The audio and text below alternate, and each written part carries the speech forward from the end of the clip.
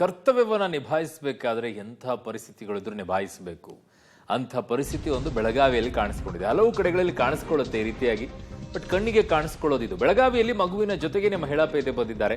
ಬೆಳಗಾವಿಯ ಗಾಂಧಿನಗರದಲ್ಲಿ ಮಹಿಳಾ ಪೇದೆ ಕಾರ್ಯನಿರ್ವಹಣೆಯನ್ನ ಮಾಡಿದ್ದಾರೆ. ಸುಡು ಬಿಸಿಲಿನಲ್ಲಿ 1.5 ವರ್ಷದ ಮಗುವಿನ ಜೊತೆಗೆ ಚುನಾವಣಾ ಕೆಲಸವನ್ನ ಮಾಡುತ್ತಾ ಇರೋದು.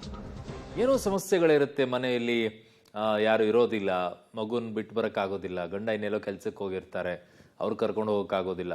ಆದರೆ ತಾಯಿ ಆದಂಥವಳು ಮಗುವನ್ನು ಸಾಕಲೇಬೇಕಾದಂಥ ಅನಿವಾರ್ಯತೆ. ಯಾಕೆ ತಂದೆ ಆದಂಥವ್ರು ಮಗನ ಕರ್ಕೊಂಡು ಹೋಗಿರೋದು ಒಂದಾದರೂ ತೋರಿಸಿ, ತಂದೆ ಆಗಿರೋ ತನ್ನ ಮಗುನ ಕರ್ಕೊಂಡು ಹೋಗಿ ತನ್ನ ಕರ್ತವ್ಯ ಜೊತೆಗೆ ನಿಭಾಯಿಸಿರೋದು ಒಂದಾದರೂ ತೋರಿಸಿ. ಹಲವು ಕಡೆಗಳಲ್ಲಿ ತಾಯಿನೇ ತನ್ನ ಮಗುನ ಕರ್ಕೊಂಡು ಬಂದು ಕೆಲಸದ ಜೊತೆಗೆ ನಿಂತ್ಕೊಂಡಿರುವಂಥ ದೃಶ್ಯ ಒಳಗೆ ನೋಡ್ತೀನಿ. ಇವು ಆ ಕಡೆಗೆ ಕರ್ತವ್ಯನೂ ನಿಭಾಯಿಸಬೇಕು, ಈ ಕಡೆಗೆ ತಾಯಿಯ ಕರ್ತವ್ಯವನ್ನು ನಿಭಾಯಿಸಬೇಕು. ನೋಡ್ತಾ ಇದ್ದಾಗ ಒಂಥರ ಏನಪ್ಪ, ಹೆಣ್ಣು ಹೇಗೆಲ್ಲ ಜವಾಬ್ದಾರಿಗಳು ನಿಭಾಯಿಸ್ತಾಳೆ ಅನಿಸ್ತೈತೆ ನೋಡಿ. ಓಕೆ, ಇದು ಒಂದ್ ಕಡೆಗೆ ಬೆಳಗಾವಿಯಲ್ಲಿ. ಇನ್ನು ಬೀದರ್ ಮತ್ತು ವಿಜಯಪುರದಲ್ಲಿ ಯಾವ ರೀತಿಯಾಗಿ ಚುನಾವಣಾ ನಡೀತಾ ಇದೆ, ಈಗ ಮತದಾನ ಹೇಗೆ ನಡೀತಾ ಇದೆ ಅನ್ನುವಂಥದ್ದನ್ನ ನೋಡೋಣ. ನನ್ನ ಸಹೋದ್ಯೋಗಿ ಬೀದರ್ನಿಂದ ಮಲ್ಲಿಕಾರ್ಜುನ್ ಇದ್ದಾರೆ, ಇನ್ನೊಂದು ಕಡೆಗೆ ವಿಜಯಪುರದಿಂದ ಪುರುಷೋತ್ತಮ್ ಕುಲಕರ್ಣಿ ಇಬ್ರು ಕೂಡ ಇದ್ದಾರೆ. ಮಲ್ಲಿಕಾರ್ಜುನ್, ಈಗ ಬೀದರ್ನಲ್ಲಿ ಯಾವ ರೀತಿಯಾಗಿ ಮತದಾನ ಪ್ರಕ್ರಿಯೆ ನಡೀತಾ ಇದೆ? ಕಳೆದ ಬಾರಿಯ ರೆಕಾರ್ಡ್ ಏನಾದರೂ ಈ ಸಲ ಬ್ರೇಕ್ ಆಗುತ್ತಾ ಅಥವಾ ಇಲ್ವಾ?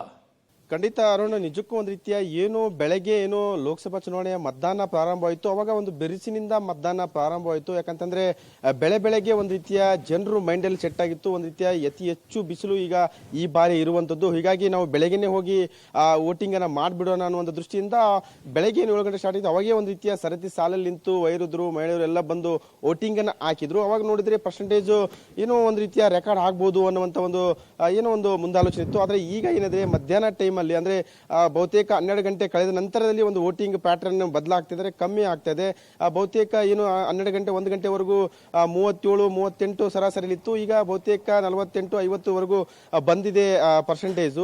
ಆದ್ರೆ ಇದು ಕಡಿಮೆ ಆಯ್ತು. ಯಾಕಂದ್ರೆ ಈ ಬಾರಿ ಬಿಸಿಲು ಪ್ರಮುಖವಾಗಿ ಕಾರಣ ಅಂತ ಹೇಳ್ಬೋದು. ಯಾಕಂದ್ರೆ 40-42 ಡಿಗ್ರಿ ಸೆಲ್ಸಿಯಸ್ ಇರುವಂತದ್ದು. ನೀವು ತೋರಿಸ್ತಾನೆ ಬೇಕಾದ್ರೆ ನಾನು ಈಗ ನೋಡಬಹುದು, ನೀವು ಯಾವ ರೀತಿ ಖಾಲಿ ಇದೆ ಅನ್ನುವಂಥದ್ದು. ಬೆಳಗ್ಗೆ ಬಹುತೇಕ ಹೆಚ್ಚಿನ ಸಂಖ್ಯೆಯಲ್ಲಿ ಜನರು ಇಲ್ಲಿ ಕ್ಯೂ ಅಲ್ಲಿ ನಿಂತ್ಕೊಂಡಿದ್ರು, ಸರತಿ ಸಾಲಿನಲ್ಲಿ ಬಹುತೇಕ 50-100 ಜನವರೆಗೂ.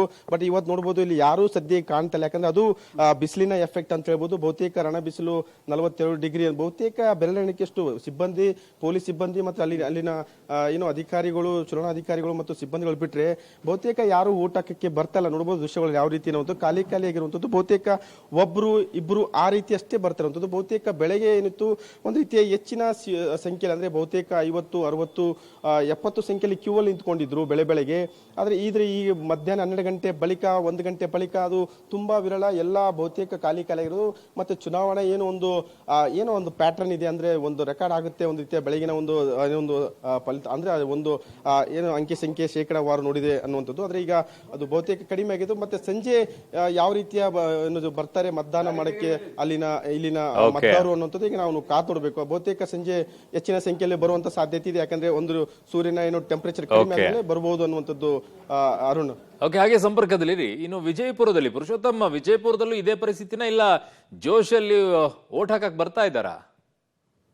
ಅರುಣ್, ಏನಂತಂದ್ರೆ ಜೋಶ್ ಏನಿತ್ತು ಅದು ಬೆಳಗ್ಗೆ 7 ಗಂಟೆಯಿಂದನೇ ಪ್ರಾರಂಭ ಆಗಿತ್ತು ಅಂತ ಹೇಳ್ಬೋದು. ಯಾಕಂತಂದ್ರೆ ಕೆಲವೊಬ್ಬರಂತೂ ಏನು ಅಂದ್ರೆ 6:30ಕ್ಕೆ ಬಂದಿದ್ರು. 6:30ರಿಂದನೇ ಒಂದು ಕ್ಯೂವನ್ನು ಹಚ್ಚಿ ಎಲ್ಲರೂ ಕೂಡ ಮತದಾನಕ್ಕೆ ಮುಂದಾಗಿದ್ರು. ಈಗ ನೀವು ನೋಡ್ತಿರ್ಬೋದು, ನನ್ನ ಮತಗಟ್ಟೆ ನನ್ನ ಹಿಂದೆನೇ ಇದೆ, 178 ಇದು ಮತಗಟ್ಟೆ ಬರ್ತದೆ. ಇಲ್ಲಿ ನೋಡ್ತಿರ್ಬೋದು. ಯಾಕಂದ್ರೆ ಯಾರು ಕೂಡ ಮತದಾರ ಇಲ್ಲಿ ಕಂಡು ಬರ್ತಾ ಇಲ್ಲ. ಏನಂದ್ರೆ ಮೊದಲೇ ಪ್ರಮುಖವಾಗಿ ಅಂದ್ರೆ ಬಿಸಿಲಿನ ಒಂದು ಹೊಡೆತಕ್ಕೆ ಏನು ಅಂತಂದ್ರೆ ಈಗ ಆಲ್ರೆಡಿ ಏನು ಅಂತಂದ್ರೆ ಈ ರೀತಿ ಒಂದು ಮತದಾನ ಒಂದು ಸ್ವಲ್ಪ ಕಡಿಮೆ ಆಗಿದೆ ಅಂತ ಹೇಳ್ಬೋದು. ಮತ್ತೆ 4 ಗಂಟೆವರೆಗೆ, ಯಾಕಂದ್ರೆ 1 ಗಂಟೆವರೆಗೂ ಏನು ಅಂತಂದ್ರೆ 40% ಮತದಾನ ಆಲ್ರೆಡಿ ಆಗಿದೆ. ಇನ್ನು 1 ಗಂಟೆ ನಂತರ ಏನೀಗ 3-4 ಗಂಟೆವರೆಗೂ ಕೂಡ ಯಾರು ಕೂಡ ಬರಲ್ಲ. 4 ಗಂಟೆ ನಂತರ ಮತ್ತೆ ಒಂದು ಮತದಾನ ಬಿರುಸು ಪಡೆಯುತ್ತೆ ಕೂಡ ಸಾಧ್ಯತೆ ಇದೆ. ಯಾಕಂತಂದ್ರೆ ಪ್ರಮುಖವಾಗಿ ಏನಂದ್ರೆ 40% ಏನು ಜನ ಮತದಾನ ಮಾಡಿದ್ರು ಎಲ್ಲರೂ ಕೂಡ 12 ಗಂಟೆ ಒಳಗಡೆ ಮತದಾನವನ್ನು ಮುಗಿಸ್ಬಿಟ್ಟಿದ್ರು.